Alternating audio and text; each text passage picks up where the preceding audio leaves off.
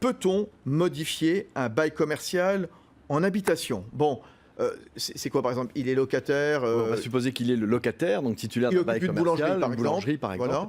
Alors la question qu'il pose, elle pose des questions sous deux angles. D'abord dans la relation entre le bailleur et le locataire. Juste. Si c'est un bail commercial, il a l'obligation d'utiliser le local pour le local commercial et peut-être même pour la destination qui a été marquée dans le bail, parce que le bail peut être tout commerce, mais ça peut aussi être un bail uniquement pour un commerce de boulangerie. Ah oui, destination, voilà, c'est ça. D'ailleurs, on dit, voilà, si c'est plutôt une industrie. La destination du bail commercial peut être générale, elle peut être multiple, ou au contraire, elle peut être très ciblée sur un type d'activité.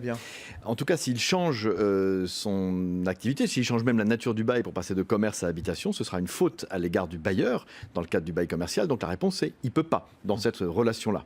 Et puis la question, elle pose également des interrogations dans un autre sujet, dans un autre domaine qui est celui du droit de l'urbanisme et du code de la construction, parce qu'il faut savoir que le passage pour un bien d'une destination à une autre, c'est-à-dire de commerce par exemple à habitation, dans un sens ou dans un autre, est réglementé et peut avoir des conséquences, notamment sous l'angle du droit de l'urbanisme. Voilà, donc la question n'est pas neutre et la réponse est plutôt non. Donc il faut à chaque fois requérir une autorisation. Il peut être nécessaire, il faut faire une analyse des règles applicables, il peut être nécessaire d'avoir une autorisation administrative d'un côté. Et en ce qui concerne la relation avec le bailleur, il faudra l'accord du bailleur, parce qu'on va changer de catégorie de bailleur. L'accord du bailleur, accord des autorités administratives, exactement. Et puis vérifier donc les règles d'urbanisme local, le règlement de propriété, etc. Exactement. Et parfois même, si ça s'accompagne de travaux, ça peut donner lieu à la nécessité d'un permis de construire, ou d'une déclaration préalable de travaux. Eh bien, très bien.